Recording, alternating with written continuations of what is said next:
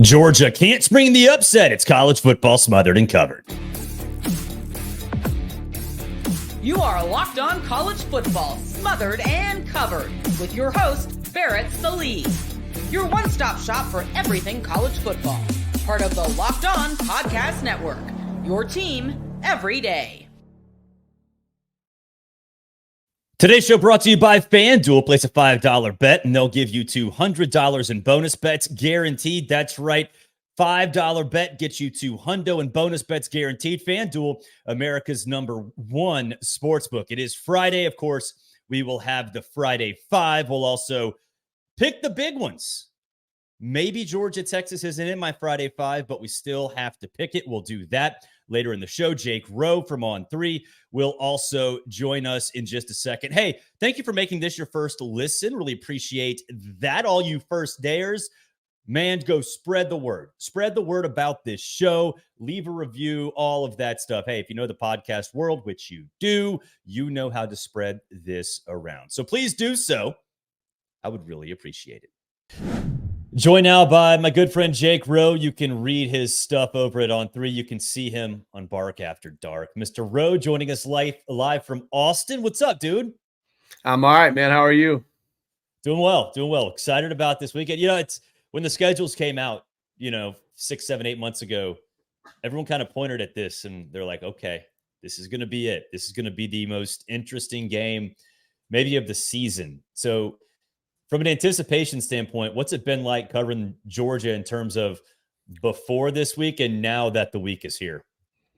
Well, I would say before the Alabama game at this point. Listen, the Georgia fans not used to losing regular season games. They've taken that one kind of hard. I don't feel like the excitement, at least in terms of the folks we deal with, because we deal with a portion of the fan base that is not big at all. I mean, it's a very small portion of the fan base, but it's the diehards. It's the ones that are in. It's the ones that are excited 24/7, 12 months out of the year. They are always excited about Georgia football. And I just don't feel like the excitement is there quite as much for Georgia fans. It seems to be that way for the traveling and the mass fans because they're already here. I mean, you see Georgia fans kind of everywhere. And there's, you talk to people and like, man, my plane had about 60 Georgia fans on it. It was kind of wild. So they're definitely going to come out here and try to have a good time. But I think just in terms of the portion of the fan base that we deal with over at DawgsHQ, I think there's just a lot of concern right now just over kind of how good Georgia can be, how good Georgia's not, how good it should be, all of that stuff. And I think Georgia is kind of, instead of kind of clicking into place all at once, it's kind of gradually getting there, and it's not getting there fast enough for a lot of folks. And so, I do know this. The city of Austin itself is fired up. I talked to our we went out to eat last night, to our waitress. I was talking to her, and she told me, she said, this has been the talk around here for like 2 straight months. Like they've been so excited, 3 straight months. They're so excited for kind of this game and this weekend and for Georgia to come to town and to kind of have this battle. And it's going to be a lot of fun, man. And I hope that Georgia fans can kind of enjoy it for what it is. And, there's still so much ball left to be played no matter what happens in this game. And I know that sounds like a cop-out, but it's just the truth. Is there respect for Texas in the fan? Because I know last time they played, Texas is back and Bevo and their whole thing. But Texas actually is back, right? Is there a respect that is, a factor that maybe Georgia fans didn't expect before we got to game week?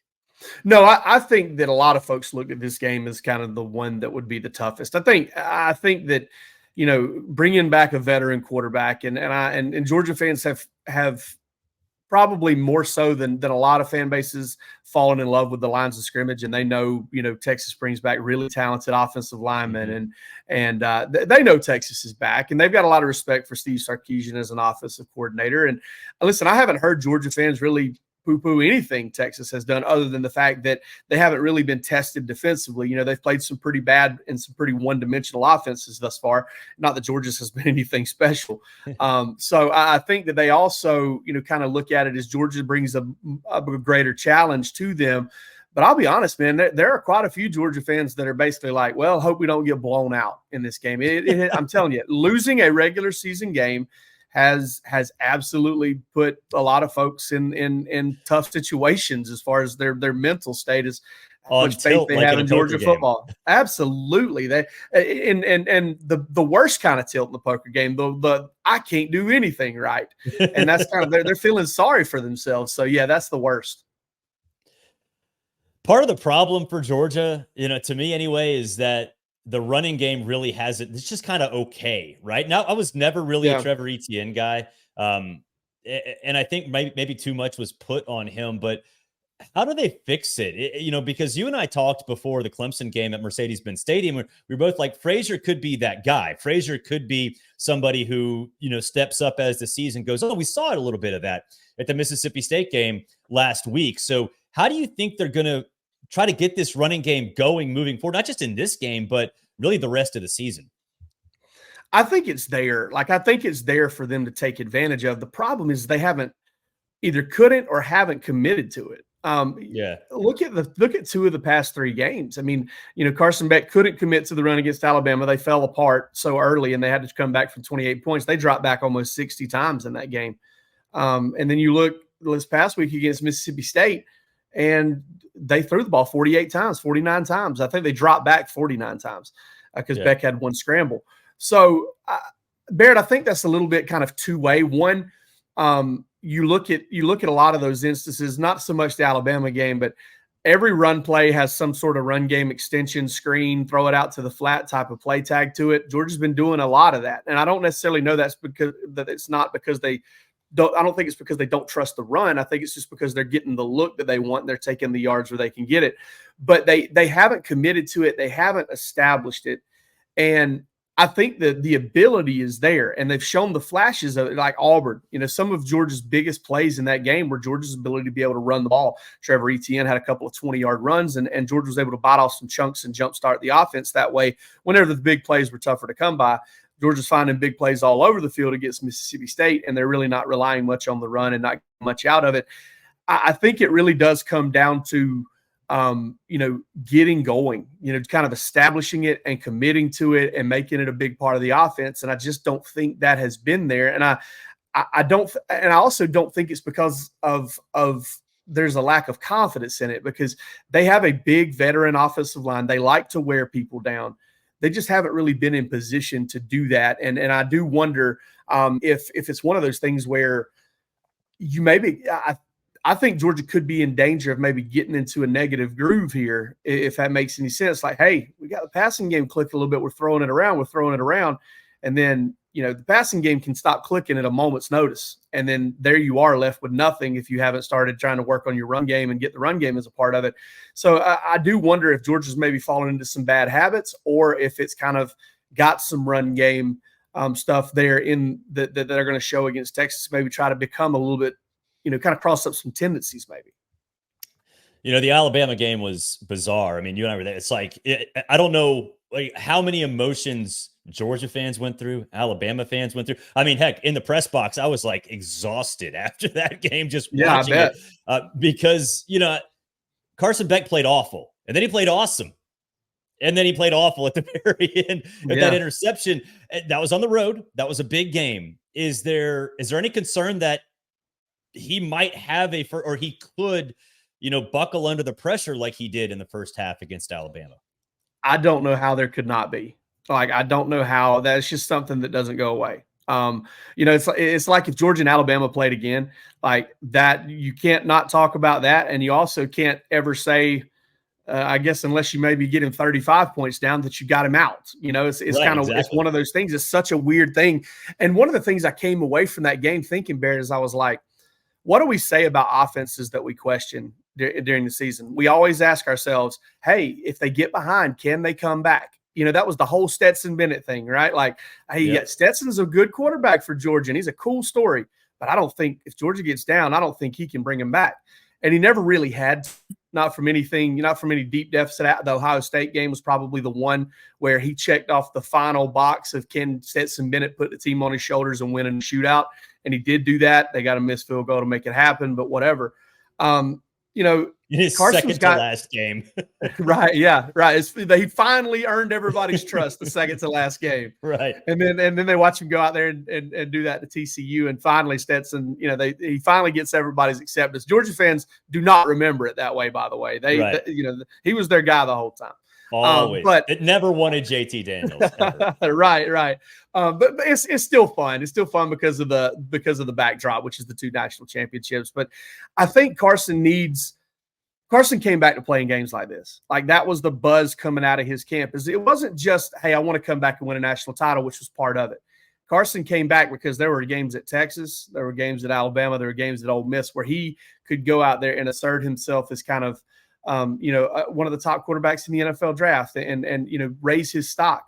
He didn't do that in the first time around. He did some good things. Yeah. And I'm sure that the people who liked him and want to like him are going to be like, hey, that kid's never out of it. That's some serious mental toughness. That's great. But the ones that don't are going to be like, did you see how he looked like a complete deer in the headlights for 20 straight minutes against Alabama? And I'll say this too, that first drive, I think he actually came out pretty quick. He put some balls on the money. He did some good things.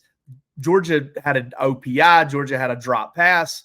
And then he got rattled. And so a fifth-year quarterback, that shouldn't happen, and Georgia should be able to lean on him in a game like this. And I do think that drawing off of the Kentucky game where Georgia was absolutely couldn't figure out what was right and what was left in pass protection, and the Alabama game, 2 hostile environments, you tend to think that they've dialed it in much better than they did in either 2 of those games, but got to see it. What's the biggest concern for the defense? I mean, is it Quinn? Is it the running? I mean, Wisner came out of nowhere last week for Texas in that Red River rivalry. Obviously, Jaden Blue is picking up the slack for Baxter. The receiving core, like, I don't care about Isaiah Bond. Those dudes outside, especially the freshmen, been awesome. What's the biggest concern you think for this defense going forward? It's the run game for me, and it's the wide zone run game. It's that stretch play run game because that gives Georgia problems, and Missouri ran it and gave Georgia some problems. Now I'll say this. It's not Texas's bread and butter. You go into the Missouri facility, and I don't want to get off on a rabbit trail here, but I'm told if you go to the Missouri facility, that outside zone is like picture by picture in the hallway type stuff. They live for it. Yeah. Texas is not quite that committed to it, but I do think it can hurt Georgia. Listen, Georgia struggled last week with the deep ball against Mississippi State. I got to give Michael Van Buren some credit. I don't know if he's going to ever be a great quarterback or not, but he put balls on the money in that game that I was really impressed with. But Georgia's got to play the ball better in the air. The reason I'm not as concerned with the Texas pass game, and they could change my mind in a heartbeat, is Quinn Ewers has attempted over 100 passes this season, and with him under center, they have taken shots 20 yards or more less than 10% of the time. Now, folks are all over Georgia and Mike Bobo and Carson Beck for not going downfield. They do it 20% of the time. So we're talking about a very big difference in the 2 teams, and one of them is perceived as not attacking downfield, and the other one is. He's 4 of 10, on those 10 attempts that he has downfield. And I know he's had some limit. I know he missed a couple of games, but you can go by so much of their offense is run within 10 yards of the line of scrimmage. Over 2/3 is within 10 yards of the line of scrimmage in terms of pass attempts. So I think I don't say that as to say I believe that plays in Georgia's favor, because Quinn Ewers is a veteran quarterback and he can kill you with 1,000 cuts. But I do say that I don't think that the weakness or the where Georgia has struggled of late defensively is something that Texas has shown that it loves to attack. And that's not exactly what they've done this year. They're going to have to kind of pull out something that hasn't been a big part of their offense thus far. With Quinn Ewers at quarterback, it was definitely more that way with Arch Manning, to I believe, really hurt Georgia in the passing game. And I'm more concerned with Texas's big athletic offensive line and their ability to kind of work the edges in the run game. You said something in there that Georgia fans were frustrated with Mike Bobo. I feel like it's 2006, 2007 all over again. It is. That dude could like find gold underneath Sanford State. Like, he sucks. Yeah. Well, I mean, listen, man, it's Todd Monken said years ago, and I've kind of offensive coordinators get paid to score points. They don't get paid to call great ball plays, and they don't get paid to develop good quarterbacks. They get paid to do all of it because it's a big salary and it's a big job, and Georgia hasn't gotten that done. And, I don't think that any coach in America is just anxious to get in front of a camera and say, I suck and I need to do a better job. But I think that a lot of that goes on behind the scenes with them. And guys, we've got to be better. We've let these guys down. I'm not saying that's being said at Georgia, but it gets said behind the scenes with these coaches. And they don't like to hear fans that maybe don't know exactly what went wrong and why tell them that they suck, but they'll tell themselves that they do. And I think Georgia can do a better job. I think Georgia needs to do a better job coaching his football team. And, that's not to say that he's a bad one, because I don't think he is. I don't think so either. All right, real quick, what's your pick? I go back to what I was saying earlier about Georgia kind of learning from these experiences that it's had on the road. And man, I look at Texas, I don't see a weakness. Everybody says I don't see a weakness, but Barrett, I also don't know that I see the calling card, right? I don't know that I see all right, what is this? Alabama, it was kind of that two-man game between Jalen Milroe and Ryan Williams, and Georgia had no answer for it. And it's come up for them big all season long. With other teams, you see kind of a dominant defensive line or a pass rush that you just can't stop. South Carolina has put themselves in position to win so many games this year, largely due in part to the fact that they've just got two guys who wreck the game defensively. Yeah. Texas is like, hey, listen, you're going to have to be great wherever you try and attack them. There's nothing going to be easy. But I think that this is a game where Georgia is going to be able to kind of withstand whatever start is there. I don't think that Texas is quite built to just run away in the beginning with the explosive athletes that Alabama has. And I think Georgia has learned from mistakes and learned from the road environments it's been in. I like this one to be close, but I think I'm going to pick Georgia. I haven't put my final pick in yet, but I think I am going to pick Georgia in this game, just because I feel like Georgia understands that its backs are against the wall. And I definitely think Kirby can make them feel like their backs against the wall, even if it's not quite there. So I think this one means a lot for Georgia, and I think that's going to matter. And they play their best game of the season, because they've kind of been, I feel like, working to it. Kirby made them feel like they were going to go 7-5 a couple years ago, and no one on earth said they were going to go 7-5. Not a soul. Not a single person. Jake, tell everybody where they can find your stuff. Yeah, man, we're over at DawgsHQ.com. DawgsHQ on YouTube. At Jake M. Rowe on Twitter. At DawgsHQ on Twitter. We've got so much stuff coming today and tomorrow. It'll be really exciting, and I hope you guys come over and check us out. Jake, appreciate it. Have fun in Austin, and enjoy what should be a fantastic football game. All right. Appreciate you, Barrett.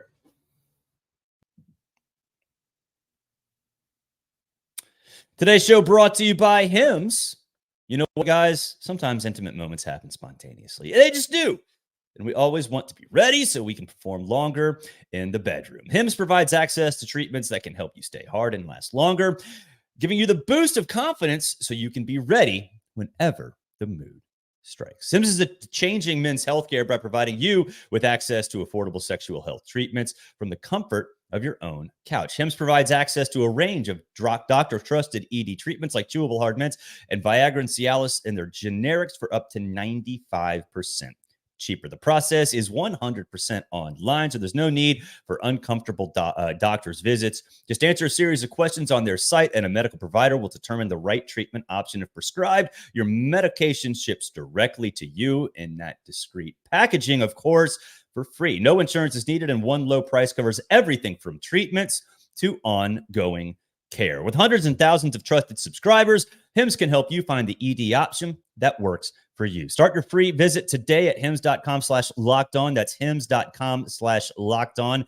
HIMS.com/lockedon. The products mentioned are chewable compounded products, which are not approved by or verified for safety or effectiveness by the FDA. Prescriptions require an online consultation with the healthcare provider, who will determine if appropriate. Restrictions apply. See website for details and important safety information. Subscription required. Price varies based on product and subscription plan. All right, it is the Friday Five. Did not have a great week last week. We're not going to mention the record, but if you go back and watch Friday's episode, you will see that it is not very good. Not good at all. We're going to make up for it this week, we got 5 games. We'll start with the point total games. Auburn and Mizzou in Columbia, Missouri. Noon kickoff, 11 Central. What does that mean? Sleepy. Very sleepy. Very sleepy game for a team in Auburn that commits a lot of turnovers, and for a team in Missouri that, let's be honest, that offense is not what we thought it would be. The over-under is 49.5. Now, I was stunned when I saw this. Do we trust Peyton Thorne on the road? No. Do we trust Brady Cook? Kinda. But the running game really hasn't been there. I see no reason why this game will even be played in the 20s by both teams. I really don't. So, with that being said, if there's a special team or a defensive score, maybe the over hits. Or maybe you even get threatened by the over. I don't see it. I don't see it at all. So Auburn, Missouri under 49.5. No idea who's going to win that game. Wouldn't pick it with your money, but I do think it'll be low scoring.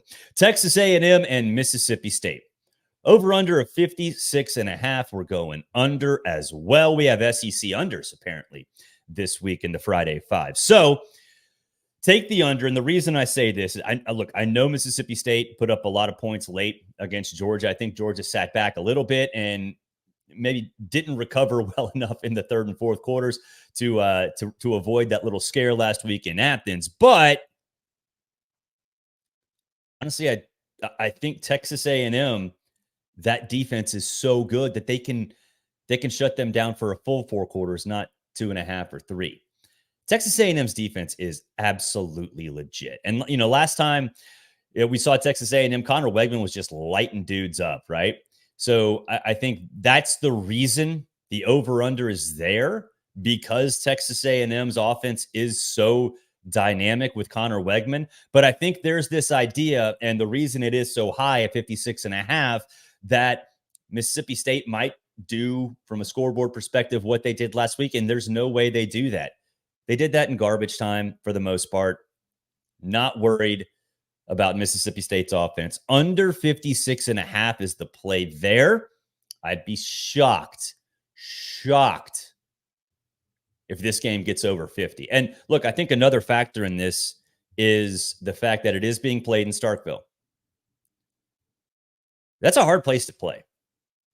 I don't care that it's smaller than a lot of SEC stadiums. It's a tough place to play.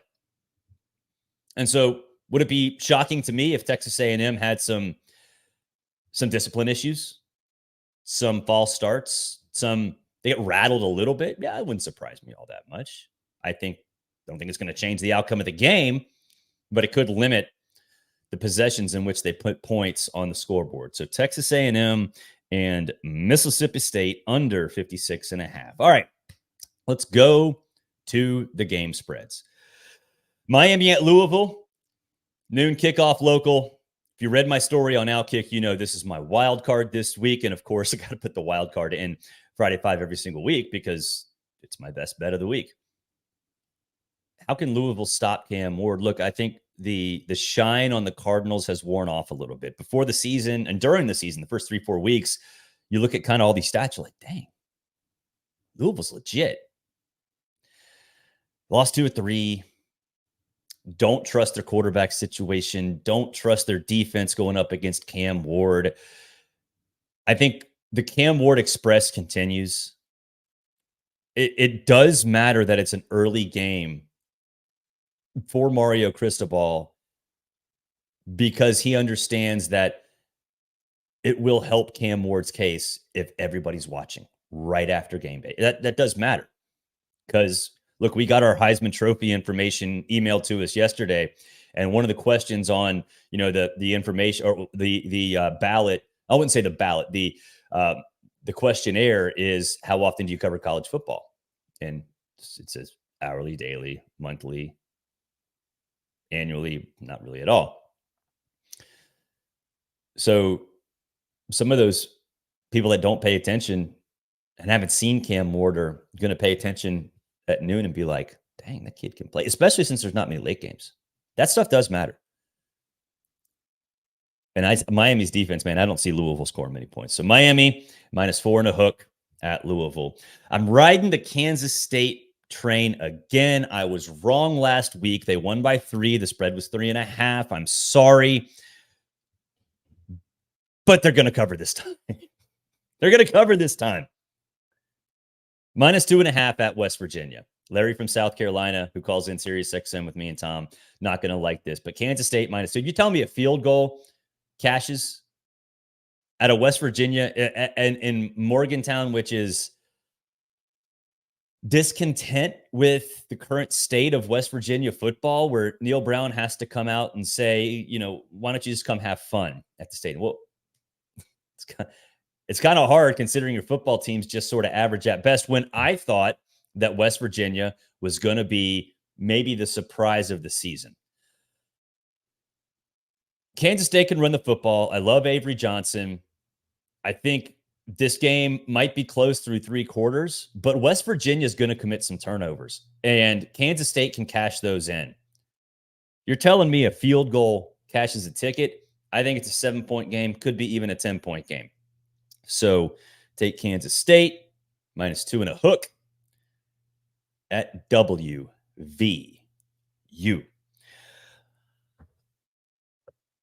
I love Kurt Cignetti. This is the last one of the Friday Five. I really do. I think he's going to be a coach at a much bigger school as early as next year. You've heard me on this show say Indiana might make the college football playoff, and the schedule's so easy. This is probably the toughest game on their schedule moving forward, outside of the big ones. With Nebraska. Nebraska's +6.5. They can throw the football. Got one of the best freshman receivers in the country. Dylan Raiola, I think, is getting better and better as the year goes on, and can use a spot like this to, accelerate that progression. I don't see Indiana blowing anybody out. While, yes, they've been awesome this season, I don't see them blowing a team like Nebraska out, because Nebraska can play. Every single aspect of that Nebraska team is pretty good, except the wide receiver position, which, again, young wide receiver, great. +6.5. I will grab those points. I might need them, because Indiana might take this late in the 4th quarter. But I love Matt Rule. If you watch the show, you understand my affection towards him. So take Nebraska. Grab the points. You might want to have a little money line sprinkle on it too. Just going to go ahead and say that. Hey, become a college football smothered and covered insider. Look below in the description. There's the subtext group. You can sign up for it. Use promo code college. And, you can talk to me. I will text you information. You can text me back. We can have conversations personally. And I promise you that I will. Twitter's too big. I mean, I've got too many followers on Twitter to actually have personal conversations with a lot of people. But I will on subtext. You can tell me how much you hate me. I will give you inside information. I will give you insight as to what I'm seeing on the field before games. I will be at Georgia Tech, Notre Dame tomorrow. So join the subtext group today. We'll take a break. We will wrap up the show coming up on the other side. It's college football smothered and covered. And of course, we are powered by the Locked On Podcast Network. Today's show brought to you by FanDuel. Hey, place a $5 wager. Your first $5 wager gets you $200 in bonus bets guaranteed. That's right. $5 gets you $200 guaranteed. Hey, you know what? If you get a hunch in the middle of the game, play-by-play stats, all that stuff, they're right there for you on the same page that you place your bets. All of it, all encompassing right there at FanDuel. Go to FanDuel.com, America's #1 sportsbook. That'll wrap it up for this edition of College Football Smothered and Covered. Really appreciate Jake Rowe hopping on, talking a little bit about Georgia, Texas coming up this weekend. We'll be back late night tomorrow night to wrap everything up in the world of college football. And I guarantee you there will be a lot that happens. Thank you for making this your first listen. Hey, for your second listen, go check out Locked On College Football with Spencer McLaughlin. He does a great job over there. Until tomorrow, have a great Saturday afternoon. We'll talk to you late night, Saturday night.